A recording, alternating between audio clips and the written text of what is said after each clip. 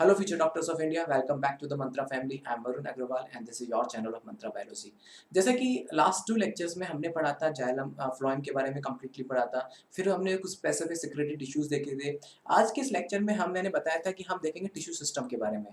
ठीक है, so tissue system में बेसिकली 3 टाइप के टिश्यू सिस्टम होते हैं प्लांट के अंदर। एक होता है एपिडर्मल टिश्यू सिस्टम जो कि एपिडर्मिस बनाने में हेल्प करता है। फिर होता है आपका ग्राउंड टिश्यू सिस्टम जो कि ग्राउंड सेल्स बनाने में हेल्प करता है, लाइक जैसे कि आपका एंडोडर्मिस हो गया, हाइपोडर्मिस हो गया, जनरल कॉर्टेक्स हो गया, पिथ हो गया, पिथेरेस हो गया, ओके, एंड ये सब बनते हैं आपकी।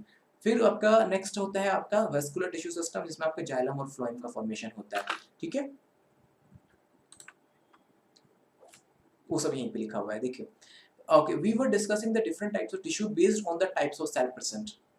Based on the types of cells present. जो कि देखिए types of cell present मिलकर टिश्यू बनता है, ठीक है, जो कि ओरिजिनलिटी सेम होती है, जो कि ओरिजिन का ओरिजिन और इनका जो स्ट्रक्चर ओरिजिन और फंक्शन सेम होता है। फिर वही टिश्यू मिलके आपस में मिलके एक टिश्यू सिस्टम बनाते हैं। ठीक है, अब हम देखते हैं कि इनकी अब let us consider how the tissue very depending on their location in a plant body. अगर जैसे कि अगर एक टिश्यू बन गया, अब वो टिश्यू आपस में मिलके, जो कि टिश्यू में क्या आता है, जो एक सेम टाइप के सेल्स थी जो कि ओरिजिन और स्ट्रक्चर में, ओरिजिन और फंक्शन में सेम थी। अब वो आपस में मिलके इन्होंने टिश्यू बनाया, वो टिश्यू मिलके आपस में टिश्यू सिस्टम बनाते हैं। ओके, कैसे टिश्यू डिपेंड करते हैं उनकी लोकेशन के ऊपर। मतलब लोकेशन कहने का मतलब है, एक प्लांट टिश्यूज होंगे अपर सरफेस बनाएंगे, एक प्लांट सरफेस होंगे जो नीचे की तरफ होंगे, एक होंगे जो मस्कुलर सिस्टम बनाएंगे। ठीक है, the structure and function would be also dependent on the location कि कहाँ पाया जाता है। जैसे कि अगर आप देखेंगे तीनों टाइप के सामने आपके सामने एपिडर्मिस है, एपिडर्मिस में पाया जाएगा। ग्राउंड है, वो थोड़ा नीचे पाया जाएगा। वेस्कुलर सिस्टम है, वेस्कुलर कंडक्टिंग सिस्टम है, जो कि वेस्कुलर अंदर की तरफ पाया जाएगा।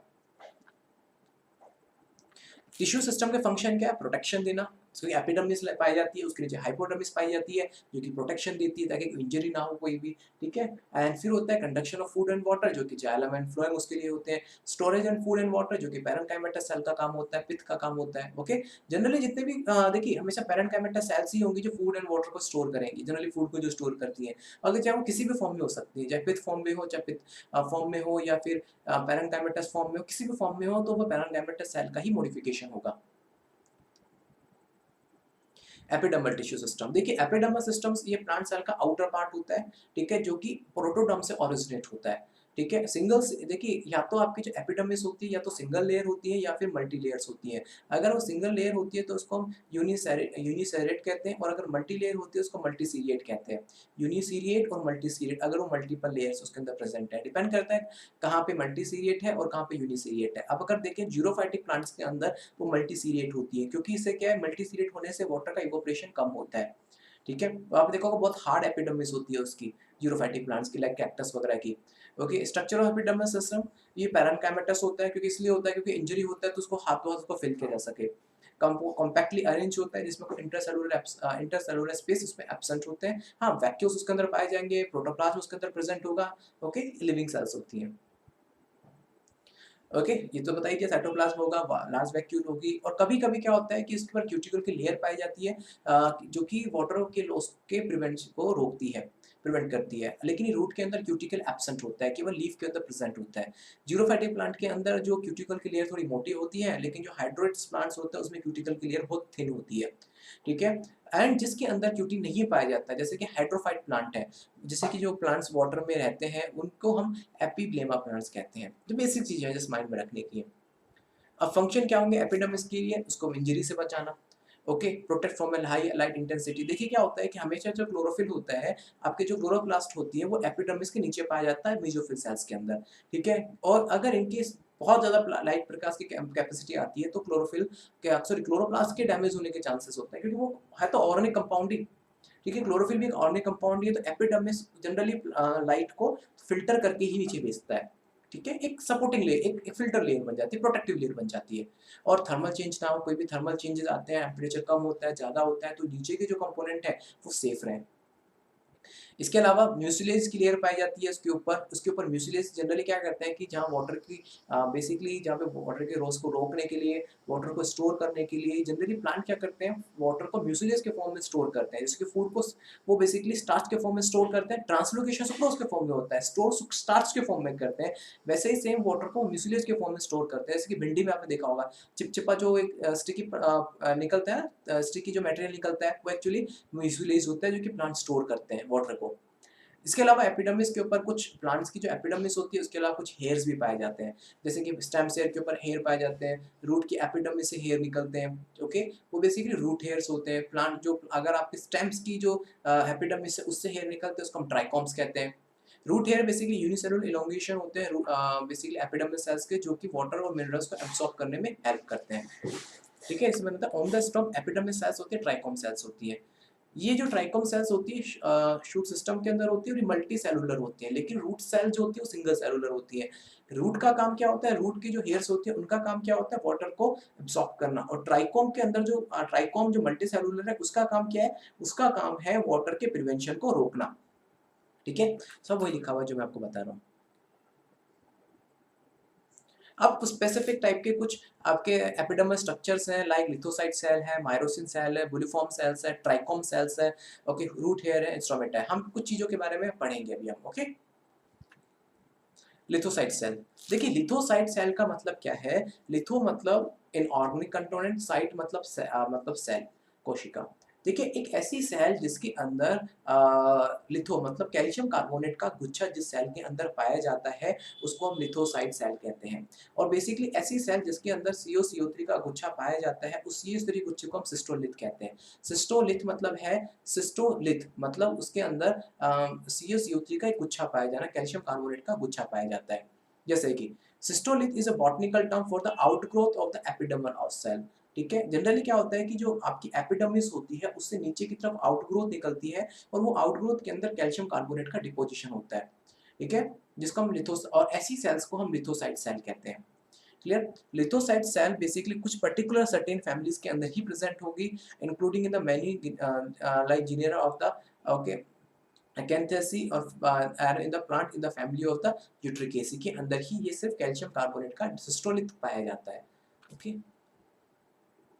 नाउ फिर आपका आता है basically myosin cell. Myosin cells देखिए मैं समझाता हूँ नॉर्मली।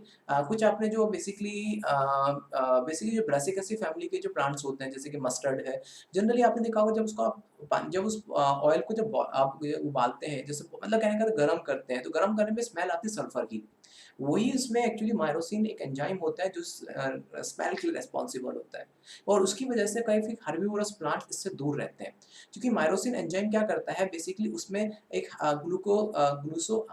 ग्लूकोसिनोलेट होता है, बेसिकली उसको वो हाइड्रोलाइज करता है और हाइड्रोलाइज करने की वजह से स्मेल प्रोड्यूस होती है, जिससे कि वो हर्बीवोरस प्लांट उससे दूर रहते हैं। अब आप देखिए नीचे बुलिफॉर्म सेल्स के अंदर ये क्या होता है, लार्ज बबल शेप की सेल्स होती हैं जो कि वाटर से फिल होती हैं। क्या होता है कि जैसे कि अगर आप देखेंगे दो एपिडर्मिस, जिसकी एपिडर्मिस सेल है, ठीक है, एपिडर्मिस ये बेसिकली कहाँ होती है, ये मोनोकोट प्लांट जो होती है उसकी एपिडर्मिस सेल की अपर सरफेस पे पाई जाती है।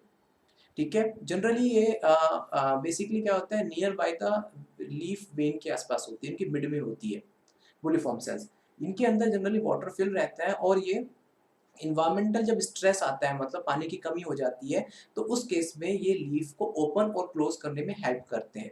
ठीक है, जैसे अगर आप देखोगे तो ये आपकी एक तरह की लीफ का स्ट्रक्चर दिखाया गया है, जिसका ये एपिडर्मिस है। ओके, ये देखेंगे ये इसका एपिडर्मिस है और इसके अंदर ये मेसोफिल सेल्स हैं और इसकी जो मिड वेन है उसके अंदर ये मिड वेन के अंदर ये देखिए बुल्फ के आसपास ये बुलिफॉर्म सेल्स होती हैं। जो इन्वायरमेंटल कंडीशंस आती है तो उस केस में क्या होता है कि ये इसको हेल्प करती है वाटर के प्रिवेंशन को रोकने के लिए। तो उस केस में क्या होता है कि ये जो लीफ होती है रोल में कन्वर्ट हो जाती है, जिससे कि वाटर के प्रिवेंशन को कम से कम किया जा सके।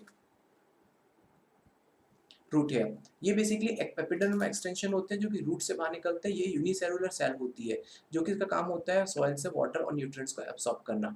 ठीक है, ट्राइकोम ये एपिडर्मल एक्सटेंशन होते हैं जो कि स्टेम के होते हैं। ये बेसिकली मल्टी सेलुलर होते हैं। हाँ, कभी कभी ये ब्रांच भी हो सकते हैं, अनब्रांच्ड भी हो सकते हैं।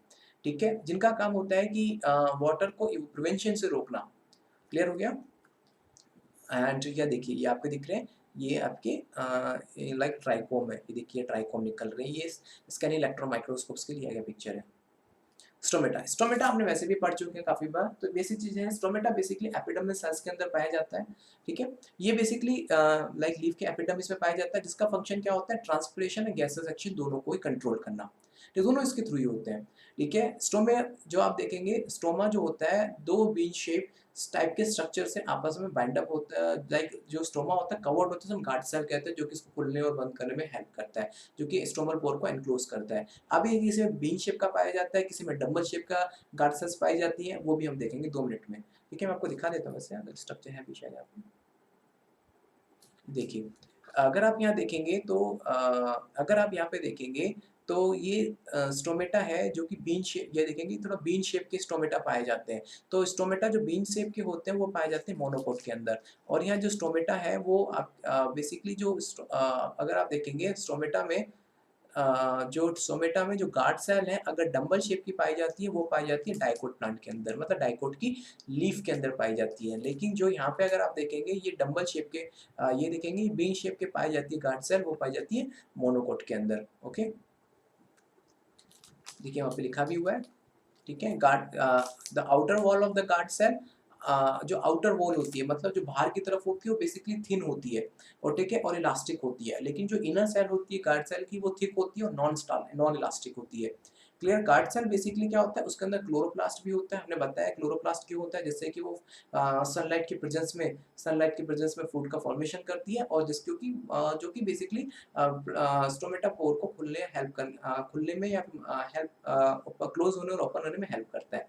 गार्ड्स और सेल्स को भी इवन सब्सिडरी सेल्स उसको कवर करती हैं चारों तरफ से, जिससे कि उसमें पोटेशियम आयन होते हैं, और पोटेशियम आयन और हाइड्रोजन आयन के एक्सचेंज की वजह से ही स्टोमेटल पोर ओपन हो पाता है, ठीक है। जिसमें देखिए स्टोमेटल एपरेचर, गार्ड सेल और सराउंडिंग सब्सिडरी सेल मिलकर ही स्टोमेटल एपरेटस का फॉर्मेशन होता है। Okay, so thank you so much. ये हमने आज एपिडर्मिस के बारे में देखा, एपिडर्मल टिश्यू सिस्टम के बारे में, उसके मॉडिफिकेशन के बारे में पढ़ा। नेक्स्ट लेक्चर में अब हम पढ़ेंगे ग्राउंड टिश्यू के बारे में, जो कि थोड़ा टाइम लेगा, क्योंकि इसमें outer stirrer and internal stirrer portion होते हैं, दो पोर्शन में डिवाइड होता है ग्राउंड टिश्यू सिस्टम में। थोड़ा सा समय लगता है क्योंकि वो सबसे मेजर कॉन्स्टिट्यूट होता है किसी भी टिश्यू प्लांट सेल का। ओके, जब तक घर पे रहिए, संभल के रहिए और अपना ध्यान रखिए। धन्यवाद।